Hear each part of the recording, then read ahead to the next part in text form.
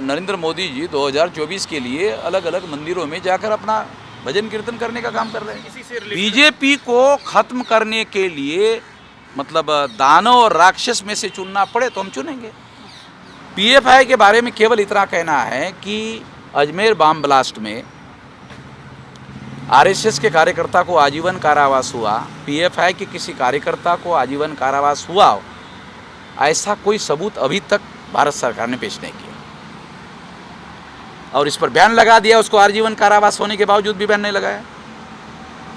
नहीं है, समझ में नहीं आ रहा है। सबूत के साथ बोल रहा हूँ, 18 केसेस है आरएसएस पर अभी भी। 18 में एक केस देशद्रोह का मुकदमा फेस कर रही है आरएसएस।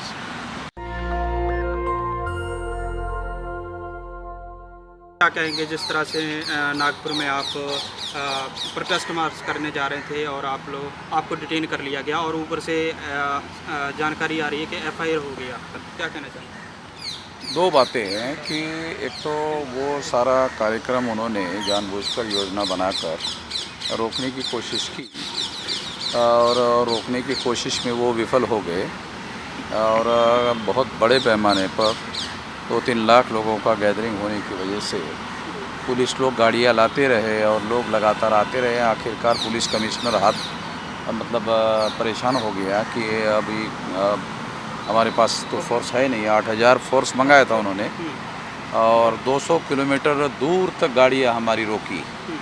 मतलब लगभग 50,000 से ज़्यादा लोगों को और आने नहीं दिया गया इसके अंदर। तो इसलिए ये उनकी विफलता है और आखिरकार कमिश्नर को मैं सदर पुलिस चौकी में मुझे डिटेन करके रखा गया था, तो वहाँ पुलिस कमिश्नर को मुझे मिलने के लिए आना पड़ा और आकर के मुझे ये कहना पड़ा कि 5 मिनट के लिए आप मौत के सामने चलिए। 5 मिनट के लिए, कम से कम 5 मिनट के लिए चलिए। तो मैंने कहा नहीं, मैं आपने डिटेन करके रखा है तो मैं नहीं जाऊँगा। शांति बनाए रखने के लिए मैं वीडियो बनाने के लिए तैयार हूँ, मगर मौत के सामने जाकर मैं ये कहने के लिए तैयार नहीं। तो अल्टीमेटली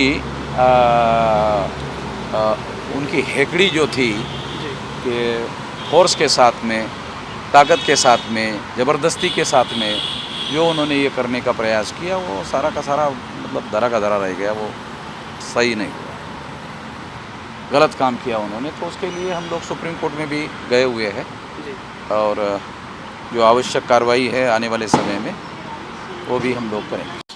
दिल्ली सरकार में मंत्री थे राजेंद्र पाल गौतम, उन्होंने 22 प्रतिज्ञा ली और उसके बाद अरविंद केजरीवाल जी ने उनका इस्तीफा लिया मंत्री पद से और भाजपा ने रोक लगाया है कि 22 प्रतिज्ञा के जरिए हिंदू देवी देवताओं और उनके धर्म का अपमान किया है।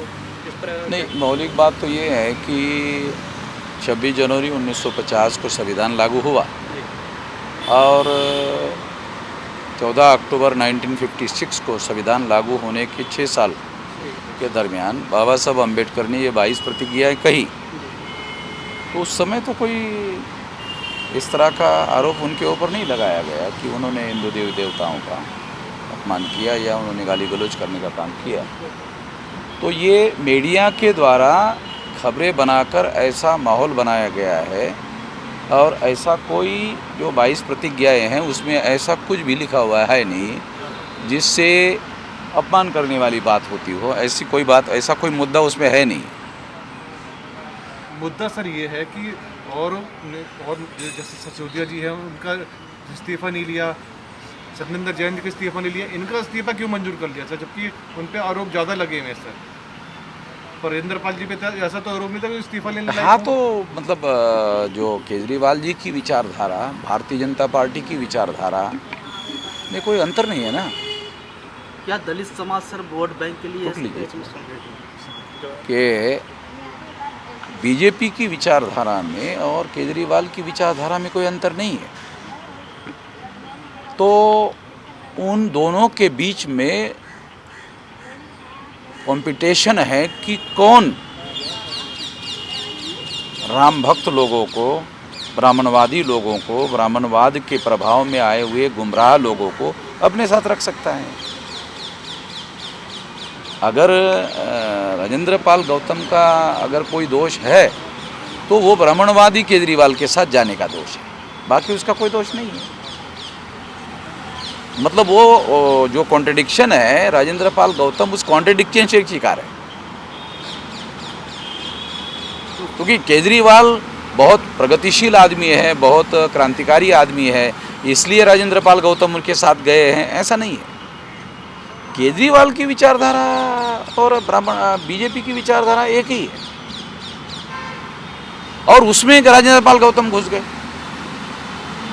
ये कॉन्ट्रडिक्शन है, उस कॉन्ट्रडिक्शन के राजेंद्र पाल गौतम शिकार हो गए। राजेंद्र पाल गौतम ने अपने से मान लिया कि केजरीवाल क्रांतिकारी है, मगर वो है नहीं। इससे ये बात प्रमाणित हो गई कि केजरीवाल ने इनका इस्तीफा स्वीकार किया, बाकी लोगों का नहीं किया। इस एक्शन से ये प्रूव हो गया कि केजरीवाल जी जिस विचारधारा को मानते हैं उसके हिसाब से उन्हें इस्तीफा लिया, मगर राजेंद्र पाल गौतम जी ने मिसअंडरस्टैंडिंग अपना कर लिया कि अरे यार केजरीवाल तो क्रांतिकारी आदमी है, उनके साथ जाना चाहिए। ये गलती केजरीवाल की नहीं है, ये गलती राजेंद्र पाल जी की है। तो कहीं ना कहीं दोषी मानने से बीजेपी और आप में कोई फर्क नहीं रह गया सर? है ही नहीं ना, है ही नहीं, फर्क है ही नहीं। ये फर्क है तो फिर हम ही चले जाते, अगर फर्क होता तो। चुनाव में फर्क पड़ेगा सर इससे कुछ? है? चुनावों में जनता देखेगी सर कि क्या आम अभी क्या है, बीजेपी के पास में कुछ मुद्दे तो है नहीं, वो कुछ कर तो है नहीं रहे। वो इसी तरह का मीडिया को अपने साथ लेकर के हंगामा खड़ा करते रहते हैं। जो मूल मुद्दे हैं उन मूल मुद्दों को सॉल्व करने की दृष्टि से तो वो कुछ करते नहीं हैं। और नरेंद्र मोदी जी 2024 के लिए अलग अलग मंदिरों में जाकर अपना भजन कीर्तन करने का काम कर रहे हैं, या उनके लिए करोड़ों रुपए जो है जनता के टैक्स के वो दे करके मंदिरों का वो करने का काम कर रहे हैं। जिस तरह से नागपुर में मार्च किया तो उसका आप कैसा मैसेज समझते हैं?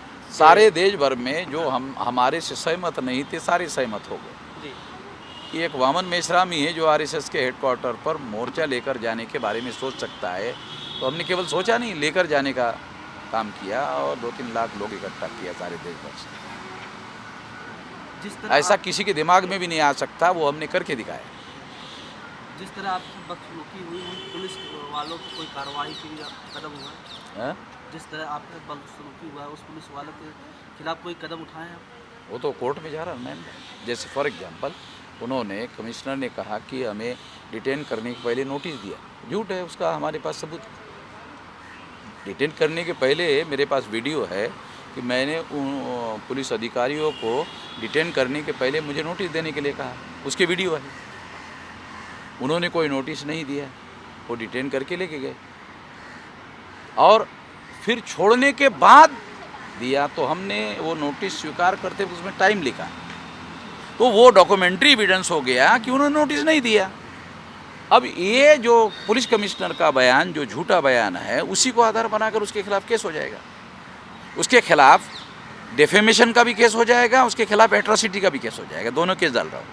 ये दोनों केस डालने का ऐलान मैंने 9 तारीख को किया, 9 तारीख को, और 9 तारीख को इसी वजह से पुलिस कमिश्नर ने जब मेरा बयान देखा तो 7:33 को उन्होंने मेरे खिलाफ एफआईआर कर दिया। 5 तारीख के भाषण के लिए एफआईआर किया 9 तारीख को, भाषण मेरा है 5 तारीख को, और वहाँ वो कह रहे हैं कि मैंने गैर कानूनी बातें की, बल्कि मैंने वहाँ ये कहा कि अगर कोई गैर कानूनी तरीके से हमारे आंदोलन में गड़बड़ी करने की कोशिश करेगा तो मैं उसको पुलिस को हैंड ओवर कर दूंगा। मैंने तो ये बात कहा, वो वीडियो हमारे पास सारा का सारा रिकॉर्डेड है।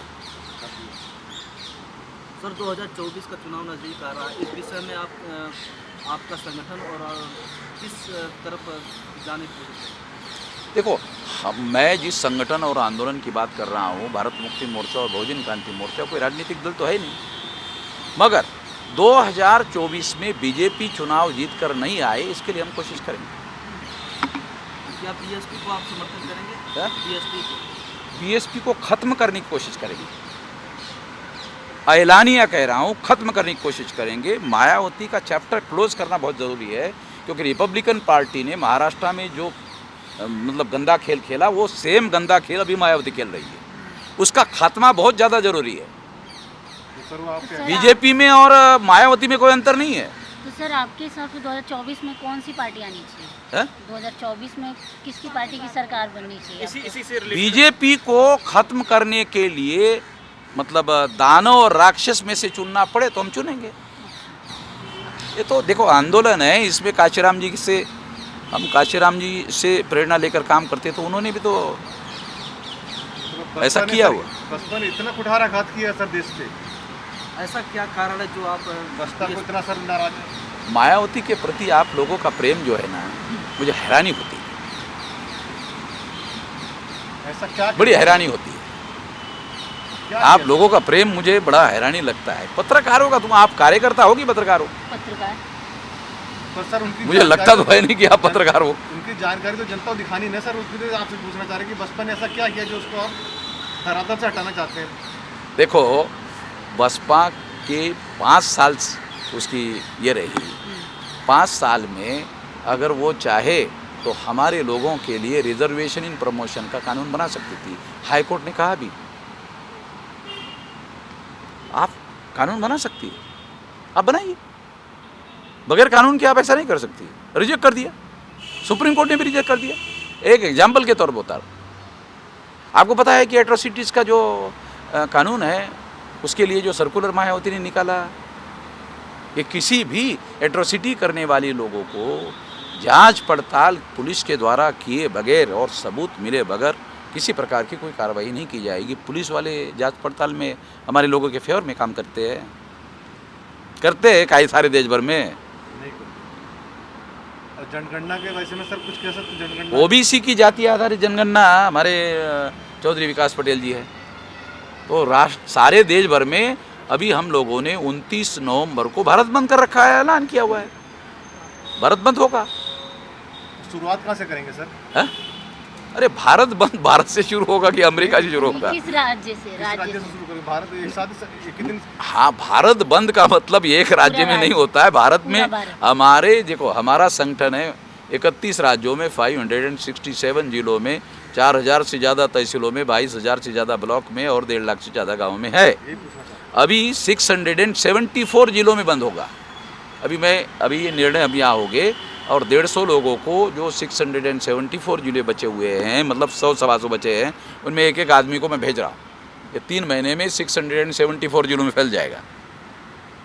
और आज की तारीख में जिसे फुले शाहू अम्बेडकर का आंदोलन कहते हैं, ये हमारे आंदोलन के अलावा अभी कोई है नहीं, कोई लड़ता हुआ नहीं है। बीजेपी के लोग मायावती को डरा रहे हैं और मायावती डर रही है। डरपोक आदमी हमारी लड़ाई लड़ सकते हैं, अरे भिड़ने वाले लोग चाहिए। अम्बेडकरवाद का दूसरा नाम है भिड़ना, और फिर आरएसएस के हेडक्वार्टर पर जाके भिड़ना। ऐसा दिमाग में भी मायावती के आ सकता है। मायावती को या तो काशीराम जैसा मेंटोर चाहिए या तो वो सतीश मिश्रा जैसा। वो बगैर मेंटोर को कोई काम नहीं कर सकती। मायावती बगैर मेंटर को काम नहीं कर सकती। मेरी बात समझ रहे हैं क्या? इसका कोई सवाल है तो पूछो। पीएफआई के बारे में सर 2 लाइन सर।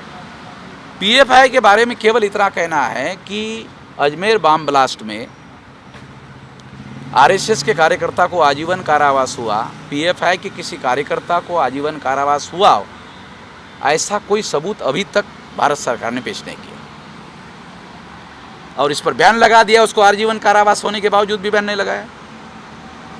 नहीं है, समझ में नहीं आ रहा है। सबूत के साथ बोल रहा हूँ। 18 केसेस है आरएसएस पर अभी भी। 18 में एक केस देशद्रोह का मुकदमा फेस कर रही है आरएसएस।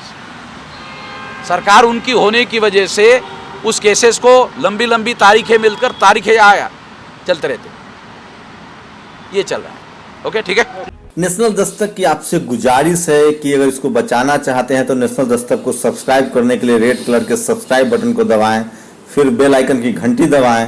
नेशनल दस्तक को बचाने के लिए बहुत जरूरी है कि हर खबर को शेयर करें, लाइक करें, कमेंट जरूर करें।